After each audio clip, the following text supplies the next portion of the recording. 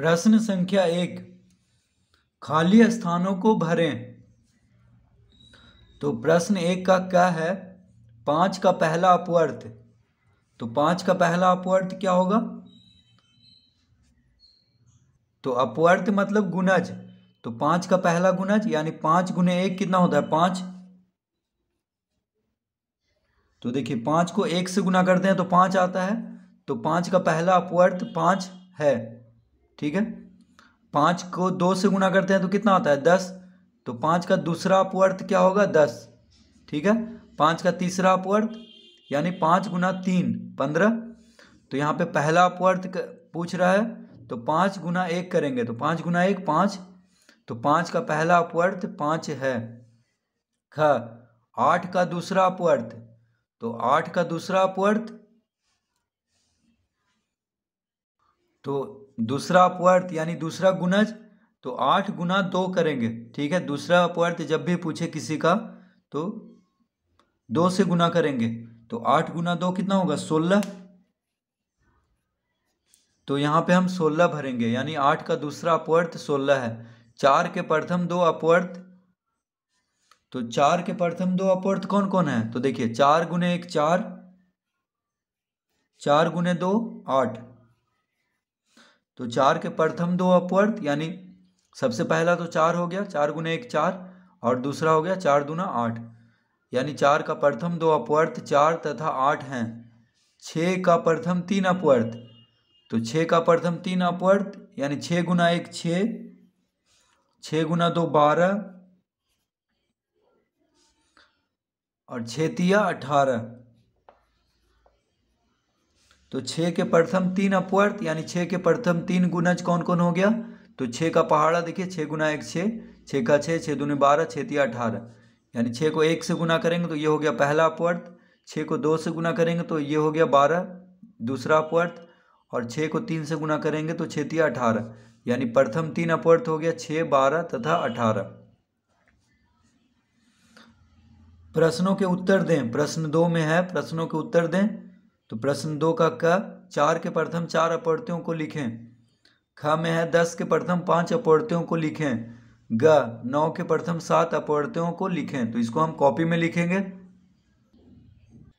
प्रश्न 2 क। तो प्रश्न 2 का क है 4 के प्रथम 4 अपवर्त्यों को लिखना है।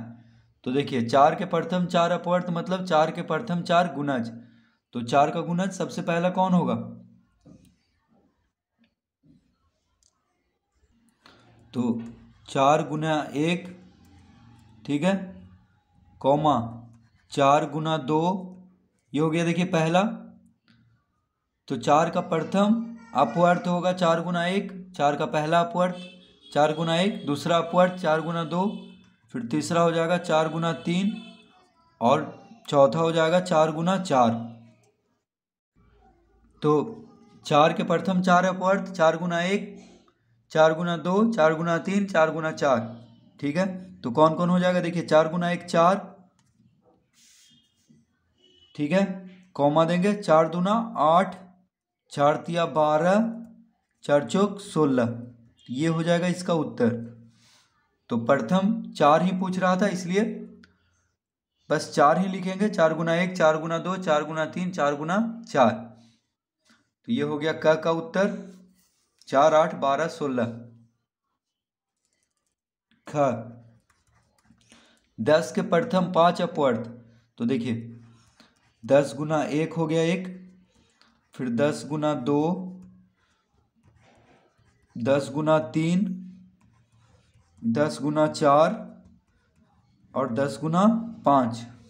5 पूछ रहा है, प्रथम 5 पूछ रहा है तो 1 से गुना करना शुरू करेंगे। तो 10 गुना 1, 10 गुना 2, 10 गुना 3, 10 गुना 4, 10 गुना 5। तो 10 गुना 1 कितना हो गया? 10, 10 गुना 2 हो गया 20, 10 तिया हो गया 30, 10 चौक 40, 10 पचे 50। तो 10 के प्रथम 5 अपवर्त कौन कौन हो गए? 10 20 30 40 50। ठीक है। ग 9 के प्रथम 7 अपवर्तियों को लिखना है। तो देखिए 9 के प्रथम 7 अपवर्त, तो पहला हो जाएगा 9 गुना 1, दूसरा 9 गुना 2, तीसरा 9 गुना 3, चौथा अपवर्त हो जाएगा 9 गुना 4, पाँचवा 9 गुना 5, छठा 9 गुना 6 और सातवां 9 गुना 7। तो इसको हम लिख देंगे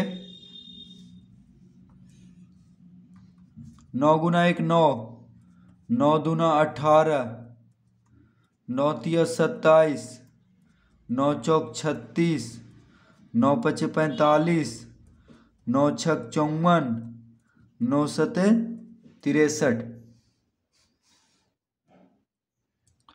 तो 7 पूछ रहा था, तो देखिए 7 हम लिख दिए। 9 का 9, 9 दूनी 18, 9 तिया 27, 9 चौक 36, 9 पचे 45, 9 छक 54, 9 सते 63।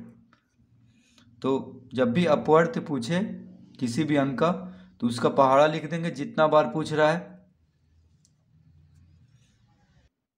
तो प्रश्न 3 का क्या है, निम्नांकित में 2 के अपवर्तियों, तो अपवर्तियों को गुणजों भी कह सकते हैं, तो अपवर्तियों को चुने।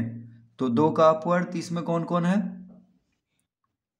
तो प्रश्न 3 का में दिया हुआ है 1, 3, 6, 8, 11, 14, 16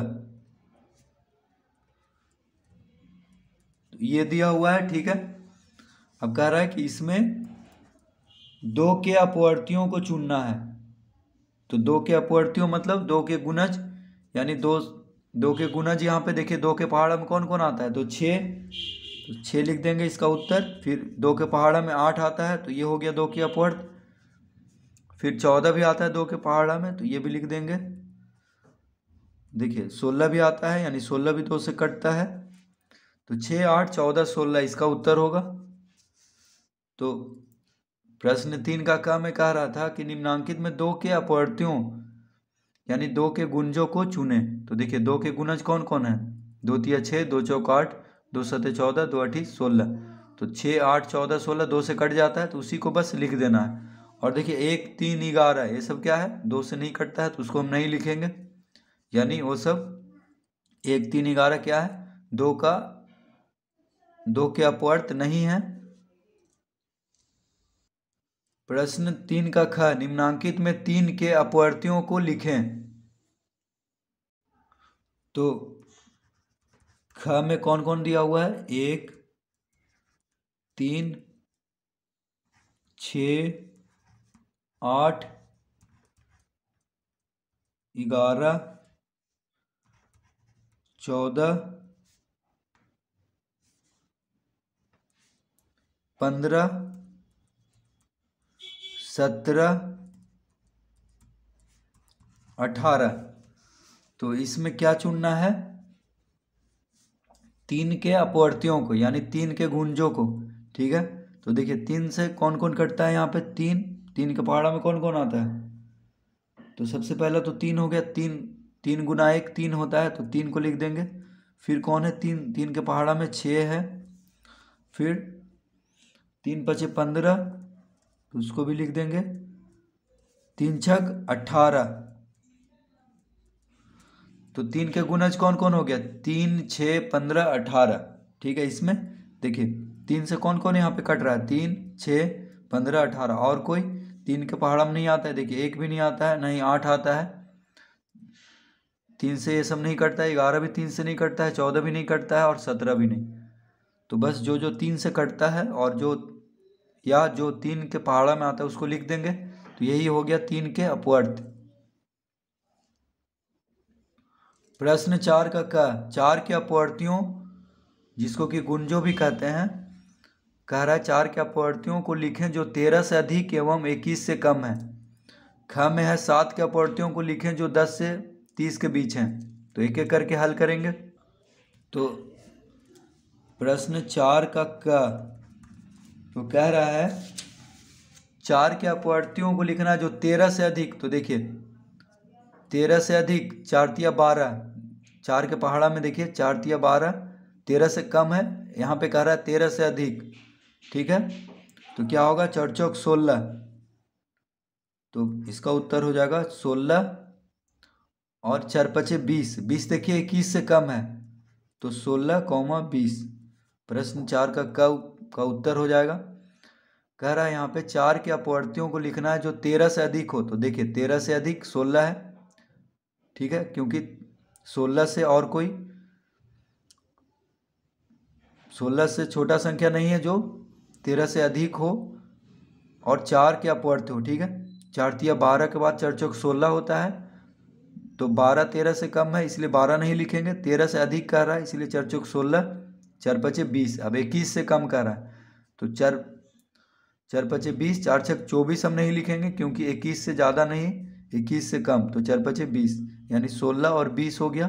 4 के अपवर्त जो 13 से अधिक है और 21 से कम है, तो 16 और 20 इसका उत्तर होगा। अब ख में है 7 के अपवर्तियों को लिखें जो 10 से 30 के बीच है, तो देखिए 7 का पहाड़ा पढ़ेंगे तो 7 का 7, ये तो हो गया 10 से कम, 10 और 30 के बीच में पूछ रहा है तो 7 दूना 14, 14 आ रहा है 10 और 30 के बीच में, तो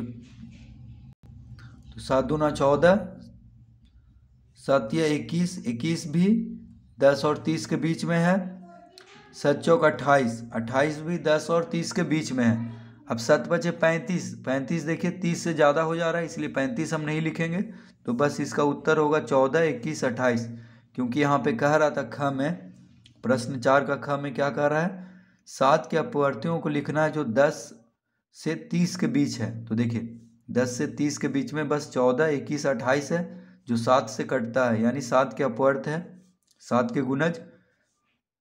तो इस तरह हम प्रश्न 4 तक हल कर लेंगे।